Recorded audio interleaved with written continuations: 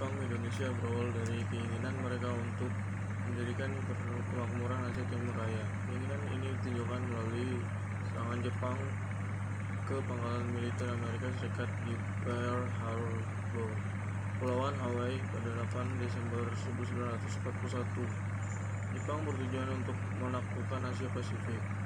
Setelah mendatangani penyerahan kekuasaan, Jepang mulai menggunakan data-data intelijen untuk membuat propaganda yang bisa menarik simpati rakyat.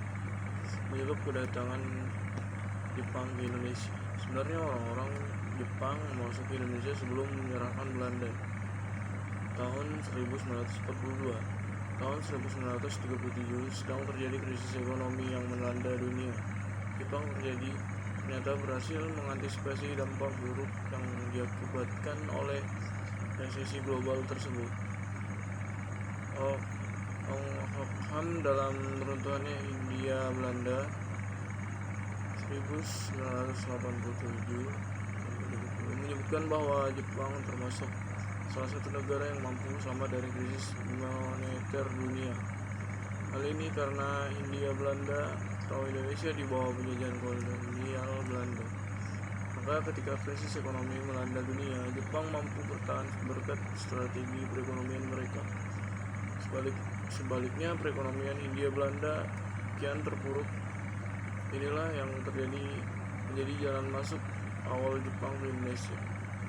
Pada 1938 sampai 1939, orang-orang Jepang masuk ke Indonesia untuk berinvestasi pada pemerintahan Hindia Belanda. Selain itu, Jepang juga menjadi salah satu negara utama tujuan ekspor komoditas dari Hindia Belanda yang didapat dari kekayaan alam Nusantara. Jepang waktu itu menjadi pesaing negara-negara Eropa dalam perebutan pasar ekonomi. Situasi demikian membuat mereka mampu masuk ke Indonesia pada tahun 1938 sampai 1939 untuk berinvestasi kepada pemerintahan Hindia Belanda. Tujuan Jepang ingin menguasai Indonesia pada 1 September 1939. Perang Dunia Kedua dimulai. Jepang dan Belanda berada di kubu yang saling berhadapan. Jepang di blok fasisme bersama Jerman dan Italia, sedangkan Belanda menjadi bagian dari sekutu yang dimotori Amerika Serikat dan Inggris.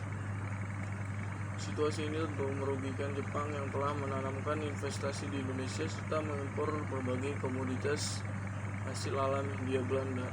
Hal itulah membuat Jepang kemudian mengincar Indonesia. Dengan demikian, tujuan awal Jepang atas penguasaan terhadap Hindia Belanda adalah ingin menguasai kekayaan alam Nusantara untuk kebutuhan perang dan industri lainnya. Jepang menjadi salah satu kekuasaan penting dalam Perang Dunia Kedua. Bahkan pada Desember 1941, Jepang menyerang pangkalan militer Amerika Serikat di Pearl Harbor, Hawaii. Sejarah Jepang masuk ke Indonesia. Kapan tujuan dan teknologi? Kapan sejarah kedatangan Jepang ke Indonesia? Apa tujuan dan bagaimana kronologinya? Sejarah mencatat Jepang resmi mengambil alih Indonesia dari Belanda setelah menandatangan perjanjian Kalijati. Lantas, kapan tepatnya kedatangan Nippon ke Nusantara? Apa tujuannya dan bagaimana kronologinya? Perjanjian Kalijati yang ditekankan tanggal 8 Maret 1942 di Kalijati dekat Subang, Jawa Barat merupakan tanda resmi menyerahkan Belanda kepada Jepang dan dalam Perang Asia Timur Raya atau yang menjadi rangkaian Perang Dunia Kedua.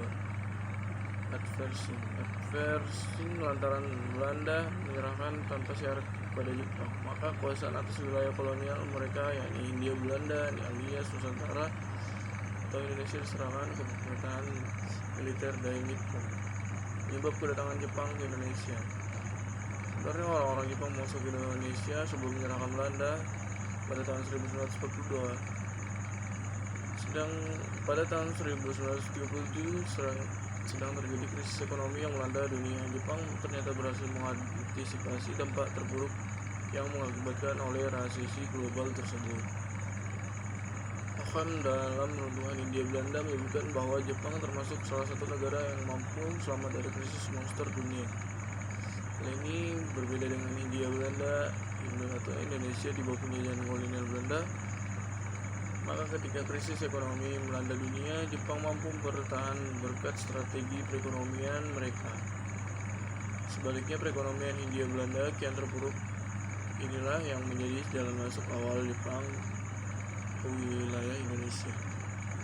Pada 1938 sampai 39, orang-orang Jepang masuk ke Indonesia untuk berinvestasi pada pemerintahan Hindia Belanda. Selain itu, Jepang juga menjadi salah satu negara utama tujuan ekspor komoditas dari Hindia Belanda yang didapat dari kekayaan alam Nusantara. Jepang pada waktu itu juga menjadi pesaing negara-negara Eropa dalam perebutan pasar ekonomi. Situasi demikian membuat mereka mampu masuk ke Indonesia pada tahun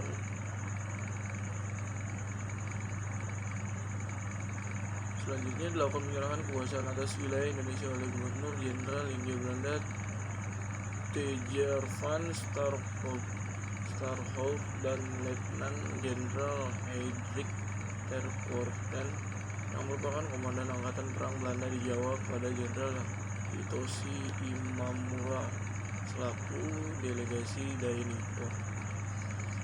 Sejak saat itu, wilayah Indonesia berada dalam kependudukan pemerintahan militer Jepang. Setelah resmi menduduki Indonesia sejak 8 Maret 1942, Jepang mulai tersusun pemerintahan dengan melancarkan pendudukan mereka di Indonesia. Selain itu, TNI pun juga melakukan aksi-aksi propaganda demi menarik simpati masyarakat Indonesia, untuk mencari dukungan agar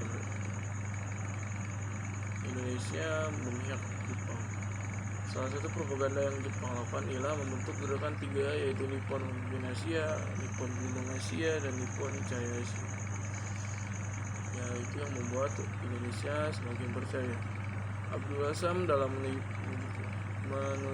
kemerdekaan 1968 menyebutkan bahwa gerakan 3A dibentuk oleh Jepang diterapkan untuk membantu usaha peperangan mereka melawan sekutu di Perang Dunia Kedua.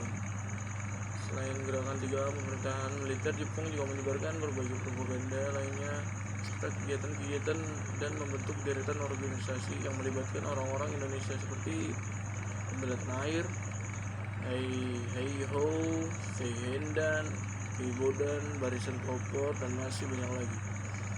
Keberhasilan Jepang menduduki takaran kemudian diikuti oleh dengan dudukan wilayah-wilayah lainnya seperti Balikpapan, Pontianak misalnya.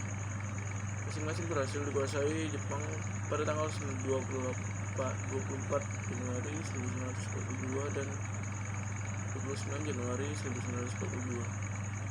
Berikutnya berturut-turut pada 3 Februari 1942 dan 10 Februari 1942 giliran Samarinda dan Banjarmasin yang direbut Jepang dari Belanda. Setelah menguasai Kalimantan dan Maluku, pasukan Nippon melanjut eksplorasi ke wilayah Sumatera. Pada tanggal 14 Februari 1942, Jepang mengarahkan pasukan payung untuk menduduki Sumatera. 2 hari kemudian, tepatnya tanggal 16 Februari 1942, Palembang dan sekitarnya berhasil diduduki. Keberhasilan tersebut membuat Jepang semakin bertekad menguasai Jawa. Jepang menduduki wilayah Teluk Banten di Jawa Barat dan Kragan di Jawa Tengah pada awal Maret 1942. Akhirnya Batavia, Jakarta yang disebut Jakarta yang menjadi pusat pemerintahan kolonial Hindia Belanda disebut pada tanggal 5 Maret 1942, menyusul kemudian Bandung yang diambil alih 2 hari berselang.